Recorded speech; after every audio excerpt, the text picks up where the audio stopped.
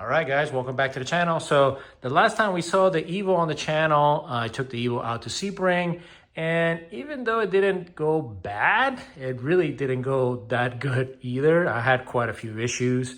So on the next few videos on the Evo, we're gonna be doing some of those fixes. We're gonna be doing some upgrades and some more spicy things in hopes that on the next time we go to the track, we won't have any of these issues.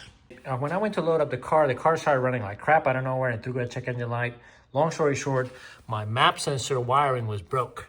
So I just did a hack job fix and I just spliced it, literally spliced right there. Two of the wires were broken. So that fixed that, but the tune was off. And then in the rush of getting this fixed and loading the car up at the end of the day before going to the track, I forgot my bag with my laptop and everything like that. So I get out there and the car's running pig rich, it's down on boost. It was down like 2 to 3 pounds on boost depending on the RPM. And I didn't have my laptop to fix the tune. So the only option that I had was I ended up adjusting the fuel pressure to get the air fuel, in the safe area where it wasn't so rich, because it was just running so rich it was gonna mess up the oil and stuff like that, wash out there with the cylinder walls. Definitely didn't want that. So not ideal. The car was definitely down on power. I was able to run like a 222, I believe is what I ran, but I was hoping that with the tires and the brake setup that I was going to be able to do more. But anyways, for it being down on power, I think that was a great outcome at the end. So for this, I ended up picking up a new plug from Spooling Up. He sells these pre-terminated plugs. So I'm gonna be pulling that back as far as I can, and then just crimping the new wires and stuff like that. I do like to use the stock map sensor. So this is an Evo 10 map sensor. They're just way more reliable, guys. You know what I mean? If you're running 32 pounds or less, yeah, Evo 10 map sensor is the way to go. Then I also developed a small coolant leak. So if you see all this little splatter, and then like back here, you can see it right there.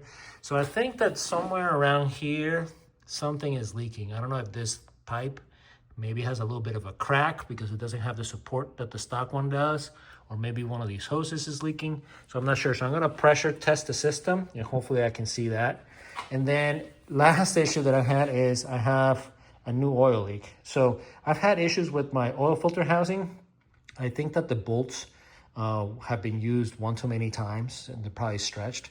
So I got a new gasket, I got new bolts, but it could also be from my oil pan because I am using the Felpro oil pan gasket. I'm just terrible at getting these things to seal the oil pan. So I gave the oil pan gasket a shot, so I'm gonna retorque that. I'm gonna clean everything out. And then I'm gonna replace the gasket and then the bolts for the oil filter housing. I gotta do an oil change anyway. So basically I gotta do a bunch of little maintenance. I'm not gonna bore you guys showing you all this stuff. I'm just telling you, I'm just showing you all the issues that I had and all the things I'm gonna have to do. Now, the real reason why you guys are here is the brakes. So, I mean, you guys have seen my Paragon kit. I made a video on it.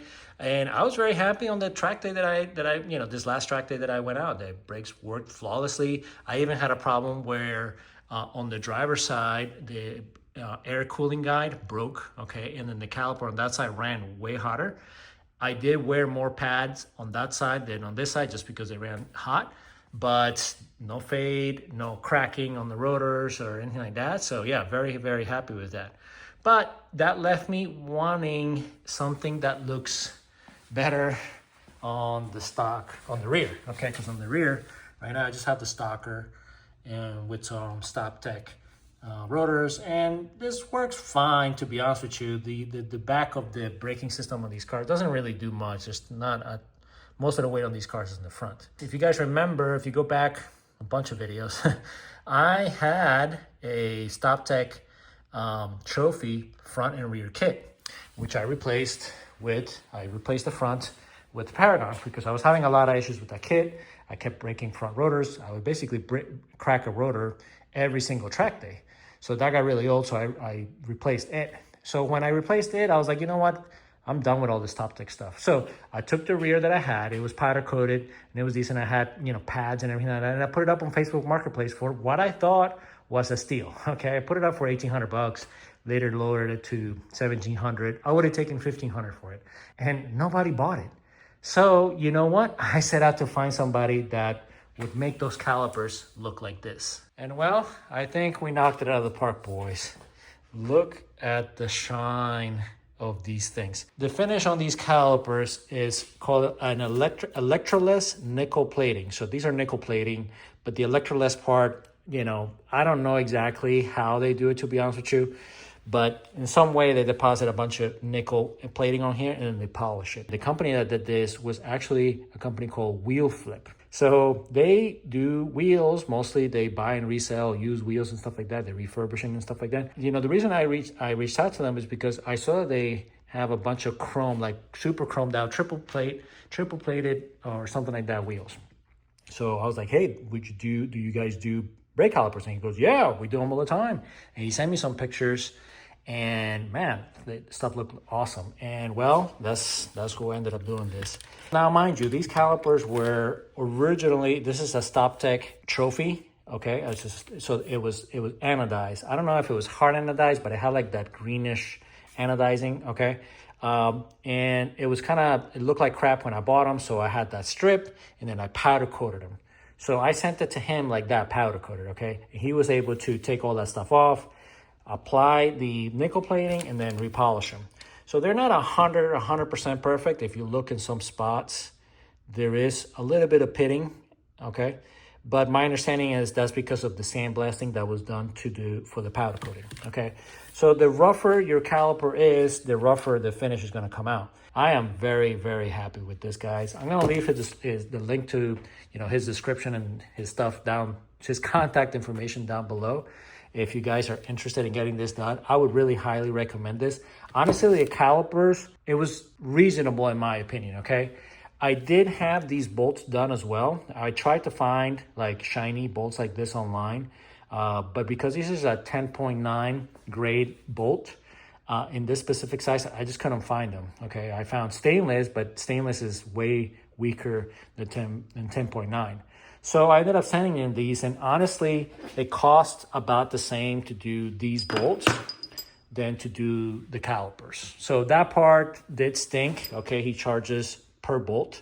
So doing the bolts was a bit pricey. Not to do both calipers, but to do one of the calipers was about the same amount of money than to do these bolts. So that was the only downside. But other than that, guys, I think this is freaking amazing. And it doesn't really affect the bores or anything like that. It doesn't add a ton of material. And, this is how it really comes out after the plating, okay? And then he polishes the parts that you see, okay? So yeah, obviously I already assembled this one, okay? So this is what the caliper at the end is going to look like with all of its bolts. I'm sorry, but yeah, it's gonna look amazing. I do wanna try at some point, see if I can find some of that high temp epoxy that you can put in here. But at the end of the day, I'm not super worried about it.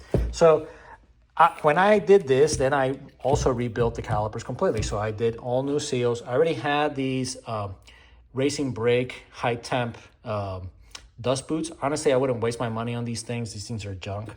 But I did get all brand new seals for inside. I replaced the like these shoes, okay? I replaced these shoes. The bolts from these shoes were all mangled. We're all getting really damaged and stuff like that. So I replaced them with titanium low bolts just because, it's less likely to cause corrosion and stuff like that. I got all new washers, all new nuts. Obviously the bolts, just got redone and all that stuff. So yeah, I didn't do these because you don't really see this crossover bridge that much. There is an option. You could send this and he would polish it, but yeah, I didn't think it was worth it. This sits with that down. So when the caliper is installed, you don't really see much of that line. You know what I mean? So I didn't think it was worth to spend money to try to do that. We're gonna do temp, stickers, and obviously I have the rotors, existing rotors, and I have a bunch of pads. All right, yeah, this was definitely the right move. Look at this. This came out incredible. I'm so glad that these things didn't sell. And look, incredible. So I got the pads in there and everything like that. I got everything nice and torqued. I got my bolts torqued, everything like that. So I gotta bleed the brakes. Before I did that, I wanted to show you guys this. So these are titanium shims from Paragon, and they do serve a good purpose because titanium doesn't transmit heat, is not very conductive, so it doesn't let the heat get into the calipers. But as you can see, these pads are like all warped and bent, and that's because they're just too thin, you know what I mean? So that's it. That's the downside with these titanium shims. They really need to be much thicker. And then the other thing is, look how much wear I got. So this is the driver's side. This is where the air guides, the cooling air guides broke, okay? And then this is the passenger side. So, sorry, I'm trying to do this with one hand. Yeah, so quite the difference there. So even just a little bit of a cooling guide missing, or being there or not being there, it makes a big difference with your wear, and will also consume the rotors faster and stuff like that. So man, I am so happy with the way this came out. This looks so much better, and now it really matches. Yeah, I don't have the little red lettering on both, but I mean, that's so shiny. So hopefully this, I don't really know how long or what the process is to maintain this type of finish. It is a polish finished. I did try to put like a coating on it, but it's like so slick that it really won't like stick to it. So if any of you guys know what can you use on this to kind of protect it, to kind of keep it like that, yeah, I'm not sure if this will get pitting or water spots or anything like that, but yeah, I would definitely want to keep it like this, and I'm not one to repolish things. All right, boys, that's a wrap on the video. Stay tuned for the next video for the Evo, because I have another surprise for you guys that I think that is gonna bring the look of the Evo up another notch. All right, guys, peace out.